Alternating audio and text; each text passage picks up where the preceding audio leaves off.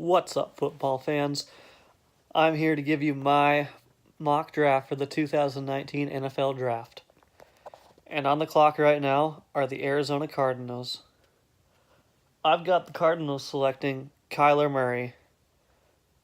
I really like Kyler Murray. I think he's going to be a phenomenal athlete in the NFL. He could get hurt, but that's really the only con that I see with him. I think he's just too good of a passer, too good of a runner, too good of an escape artist. Only thing you got to worry about is protecting him, and even then he can escape. So I got the Cardinals selecting him, and moving on from Josh Rosen. Number 2, I have the 49ers selecting Nick Bosa. Nick Bosa is gonna probably play very similarly to his brother Joey Bosa in Los Angeles, which is a solid pass rusher. I think he could be a little better. I don't think he's necessarily the best player in this draft. He's definitely the top 3, but there's one guy that I think is a little better than him. But pass rush on the edge is so hard to find, and when you see talent like that, you got to take it. Number 3, I have the Lions trading all the way up with the Jets to the number 3 pick. And the Lions right here select Quinnen Williams, who I believe is the best player in this draft, and I think can do some serious damage against some of these offensive linemen in the AFC North, especially my Vikings. I think he's the best on the board. I think that's somewhere you can look around along the road to say that he could be the next Aaron Donald. That trade up to number 3 and give up your 43rd, 146th, and a 2020 third round pick would be well worth it. In the talent you're going to get in Quinnen Williams. With number 4, the Raiders are absolutely ecstatic to get Josh Allen right here. That's the guy they wanted all along. They want to get tough on the edge. This is the redemption for Khalil Mack trade. John Gruden is just ecstatic right now.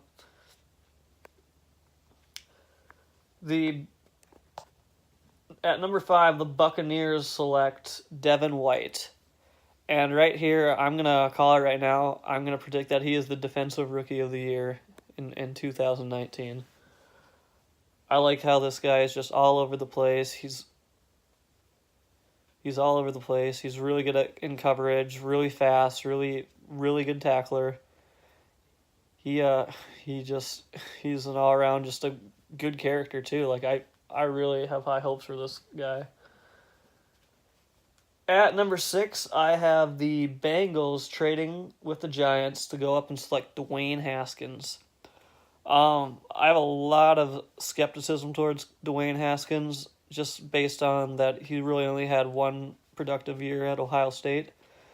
But I think the upside right here for the Bengals to give up their 42nd and 149th pick, I don't think that's too much to really give up to potentially get your franchise quarterback of the future.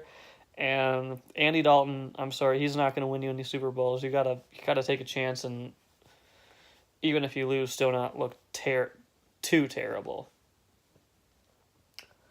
Number 7, I have yet another trade here.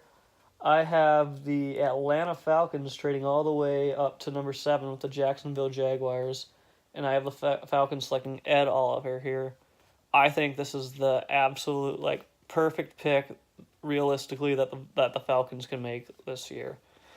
Trading up with the Jaguars is a big stretch, but I think the Jaguars are very much willing to slide pretty far because I think they want to go offense when right now defense is the better value. And so I only have the Falcons giving up their 45th, 117th, and 137th pick this year to go up and who I think could easily make the Pro Bowl in the next couple of years in Ed Oliver. Now we have the Jets, who in trade with the Lions received the 43rd, 146th, and a 2023rd, are going to go ahead and select Jonah Williams. I think this is idealistically the way the Jets want to go. They want to work around Le'Veon Bell and Sam Darnold, the quarterback they drafted last year. I don't necessarily think they're going to be too paid attention on the defense now that Todd Bowles is gone. I got him taking Jonah Williams because I think he's the safest offensive lineman in this class who has potential to play guard or left tackle. And he's pretty solid in both pass and run block. I think he's a well-balanced, good offensive lineman. Number 9, right here, I have the Buffalo Bills selecting Andre Dillard. I was actually very down on Josh Allen last year. He surprised me probably more than any other player in last year's entire draft. Just what he could do with his legs. Like, he wasn't the best passer, and that's why I think I was so down on him, but I did not know he could run like that. So right now, I got him taking Andre Dillard, someone who could possibly give him a little bit more protection to build him more time, because he's got an arm. If he can build up the time to let John Brown or other people get all the way down there, like he could do some serious damage with the best pass blocking offensive lineman in the league right there. Okay, number 10, I have the Denver Broncos taking Devin Bush because this is absolutely the right pick. It is not Drew Lock, not at all. I'm sorry, but you can't pass on Devin Bush to go after someone who you think could be your franchise quarterback. You're not even 100% sure, and you want to gamble when you can get an all-pro linebacker like Devin Bush. He's pretty close to Devin White, I think. I just think Devin White's ceiling is a lot higher for what he can do, and just his good character, I think, is really going to bring him a long way in the NFL. And but Devin Bush is no joke. He is just as talented, maybe just a smidge less, but the linebacker class is just so weak that if you don't take Devin Bush right here, you're not going to get a good productive one for your team. So it's just I think it's the smart, safe choice. Right here, I have the Giants, who traded back with the Bengals, and they are going to take Jawan Taylor to help out whoever the future quarterback will be, whether it's Daniel Jones later in this draft or a future one later. And I have them taking just Jawan Taylor to help out Saquon Barkley in the run game. I think that should be their main focal point on the offense. Try to let Eli not do anything to screw this up. And I think that's the right call. I got the Packers right here taking T.J. Hawkinson, which I always think it's just dumb to take a tight end in the first round. They never really seem to get the full production right away. That's why I like tight ends more in the second round, people that that can take time to develop. But T.J. Hawkinson is honestly the first tight end I can say in since Eric Ebron that I was just sold on going in the first round. And Eric Ebron was more of a athletic type tight end, where T.J. Hawkinson's like a do-it-all tight end. He's not only going to help you in the receiving game, he's going to help you in the running game, blocking game, pass blocking game. He's going to be able to do everything. And I think people just undervalue that so much when a tight end. Like Jason Witten helped the Cowboys so much with what he was able to do on both receiving and blocking. And I think T.J. Hawkinson could do the same thing in a couple of years for the Green Bay Packers, especially with Aaron Rodgers throwing him the ball. I think it's a really great value pick right there. I got the Dolphins right here, just kind of going with a value pick. It seems like they won a tank this year when they got rid of Ryan Tannehill for basically nothing, but instead decided to sign Ryan Fitzpatrick just to have a little fun. So I got them taking Brian Burns as value pick here just to get a pass rusher that can probably in the next couple of years really develop into your number one defensive end on that team. And why not take him right now while the value for pass rusher is still on the board? Right here, I have the Jaguars selecting A.J. Brown. They wanted T.J. Hawkinson. He's not there. There's the offensive linemen don't really feel worthy for right now, like taking a guard or a center, because I think they're pretty good on tackle, the Jaguars. It just wouldn't really be worth it. So they're going to take the best wide receiver and not worry about that later, because I don't know if he's the best wide receiver. He's definitely the most versatile, which can help out so much. Like you can plug him in anywhere just to see where he excels, how the team works together. I think it's a good pick at number 14. I don't think it's too much of a reach. The Redskins right here, I do have taken Drew Lock. Like I said, I don't really know what Drew Lock is going to be. I don't know if he's going to be really great in the next few years or just a complete bust. He's really hard to read, but I think the Redskins actually kind of makes a lot of sense to take a chance on this guy because you don't really know what you're going to get with Alex Smith, what happens to him. Like maybe this Drew Lock in the next couple of years can take over. Case Keenum, sorry, you're probably not going to be the answer. Like you did good in Minnesota for me, but yeah, I don't think you're the answer there either. So I got them taking Drew Lock. The Panthers right here, I have them taking Rashawn Gary. He is the next closest pass rusher I have on my rankings, and I think I think he won't be too productive in year one, but I don't necessarily think that the Panthers are in win now type mode. I think maybe next year they'll be in win now mode. So I think they're going to want to take someone like Rashawn Gary to develop and really just build up that pass rush for for when the Drew Brees era ends and they can take over the division. Right here I have the Texans trading all the way up with the Giants. Right above my Vikings to grab Cody Ford, the last potential starting left tackle, but most likely is going to be a guard type player in this draft. Could be a right tackle too, I guess.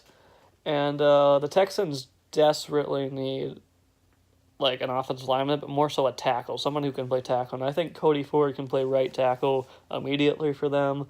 Deshaun Watson was the most sacked quarterback last year.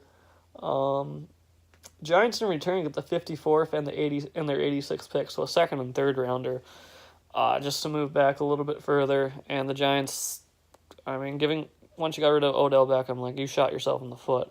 You need as many picks as possible now. So right after that, I got my Minnesota Vikings taking Dalton Risner. I knew that I was going to end up taking an offensive lineman here. That just was going to be my... I'm sorry about value, but we got to take an offensive lineman right here because Kirk Cousins is under so much pressure to do well. But if you can't protect him, even if you want to take like a flashy defensive player like Montez Sweat, he could be really good, but it's not going to help you at all because Kirk Cousins can't have enough time because he's not protected to show what the offense is capable of. So I haven't taken Dalton Risner, who I think can start right away at one of the guards. Possibly could become a right tackle down in the future if Brian O'Neill ends up to be the new left tackle. So there is some potential right there, but I think regardless he can start at guard opposite Josh Klein, whatever position he plays. I have the Tennessee Titans on the clock right here, taking Noah Fant, and I was not too high on this guy earlier when I was ranking 2-3 weeks ago, just because he is a tight end, and I knew his stats were really cool, but I just always thought, tight end, but his combine was outstanding. I think he's listed as a tight end, but I think he's just a glorified slot receiver at this point. His athleticism and his production in college, it's too hard not to pass up. You could do something with this guy. So I have the Titans taking him to take over Delaney Rollacker and play opposite Corey Davis. I've got the Steelers right here taking Byron Murphy. I've seen him go here in a lot of mocks, and I think it makes a lot of sense because the cornerback class this year is really weak. Him and Greedy Williams are probably the only two that are pretty safe to say you can put in the first round. And everyone else is just kind of they have questions. But I think Byron Murphy in the Steelers system, it would make more sense to Greedy, so I have him going here. and I just think they're not going to be able to get a corner later, so why not take one now? Right here, I have the Raiders trading up with the Seahawks, and in exchange, the Seahawks are going to get a 2020 third-round pick from the Raiders. And I have the Raiders selecting Montez Sweat here. And I was a really big Montez Sweat guy until I just learned recently his character issues. Like, his heart condition, that scared me at first. But I thought like maybe like in the mid round he'd be worth it. Now he's falling more than me just because of his character issues, how often he's changing schools. Like I don't know if he's gonna be able to commit to a team. I feel like he's gonna be a big cancer in the locker room. Like I personally like if I was a GM I would not take him in the first or second round of any draft just because I'd be so worried about just him causing a scene and just being bad energy around my team. But I could see John Gruden really, really wanting to take a chance on this guy, especially getting Josh Allen. I feel like John Gruden right now just wants to like make the splash hit at the draft. And him being able to say he got Josh Allen and Montez Sweat, I know he would just be so proud. I have next the Ravens up, and I have them taking Garrett Bradbury, who I have very highly ranked on my top prospects. The only reason why he is not going higher is because his position is so undervalued, being a center. But the Ravens don't really have a whole lot of picks right here. I'd say their biggest need is linebacker, but there's not a good enough one after Devin Bush. It's such a bad fall. It's too much of a reach. So I have them taking an offensive lineman, which maybe isn't as big of a need, but the talent you can get right there, you could really help out maybe this run game that you want to get going with Lamar Jackson and whoever's playing running back, because that's your best hope right now is just to play defense and run the ball. Let's see here. I have the Giants selecting Chauncey Gardner-Johnson, who I don't really necessarily think he's the most talented safety, but he's definitely the most versatile. So they could probably see where he could fit in, whether it's free safety, strong safety, or nickel corner. There's just a lot of options that you could work with him with, and I think he's still a pretty solid player. Maybe not like anything to like just praise, but like his versatility just makes him so valuable. So I've got the Seahawks grabbing Nasir Adderley after here. I was trying so hard to get Russell Wilson some offensive help on here. I just didn't see the value in a wide receiver, tight end, or offensive lineman here. So I went for Nasir Adderley. His upside is so high. I think he comes from a small school, but his potential to grow is going to be so well. I think he could take over that Earl Thomas role that they badly need in Seattle right now because their defense is falling apart right now. They need that. They need that Legion of Boom back. I've got the Eagles selecting more as a value pick right here, Christian Wilkins. I think they're going to stay true to just changing up the defensive line, getting fresh legs out there for their defense just to make them just more dominant. I think they'd see Christian Wilkins as a very value pick right here, and I don't think they would hesitate to not take him. I got the Colts taking Greedy Williams right here, and there are some things about Greedy Williams that do scare me, especially his tackling. So it's really hard for me to really get excited here, even though it could be it could be the steal of the draft right here. But I don't know, his tackling ability really scares me. But other than that, he's a solid corner. Hopefully that thing can just be coached, and I mean the Colts are looking to have a pretty solid defense if Greedy Williams were to work out. Oh, I've got the Raiders right here. John Gruden's pretty happy with his defense right now, so we're gonna go offense here and give him Josh Jacobs. I'm not super high on Josh Jacobs, other than like the other talents in this running back class is absolutely just not nearly what he is. So I would say Josh Jacobs is just, if you want to get a running back like Oakland, you do have quite a few picks, but now's like now's probably the only time you can actually get a running back. So I have them taking Josh Jacobs, especially with the Marshawn Lynch retirement news. I have the Chargers here taking Dexter Lawrence. The game against the Patriots, they really struggled against the run, and I think right now the two teams you got to worry about are the Chiefs and the Patriots, and I think your secondary's pretty solid. You could probably wait till round 2 to maybe address someone in the secondary, but I think right there the value pick of Dexter Lawrence on a huge need that you have on your team, especially when you're in win now mode, is the appropriate choice. I have the Chiefs right here selecting Rock Ya-Sin. This is kind of more of me just really being a believer in Rock Ya-Sin. I think he has potential to be the best corner in this draft. I don't necessarily know if that he will do that, but I really like his physicality, his awareness. I mean, he might not be the most flashy athlete, but he's a fighter. I like him. I like Rock Ya-Sin. I got the Packers here, right here, and they are so tough for me to figure out right now if they are in rebuild mode or win now mode. As far as Aaron Rodgers still being on the team, I can't tell if they are trying to win right now, or if they're just trying to find some value picks and maybe prepare for like 2020. So right now I have them taking a defensive player, Jeffrey Simmons, to basically, who's probably not going to play because of his ACL injury this year, but really just develop and grow into a shutdown defensive tackle for this Green Bay Packers for a long time, who could really be what the Green Bay Packers have needed for so long. Just someone to step up on that defense. Clay Matthews isn't doing it anymore.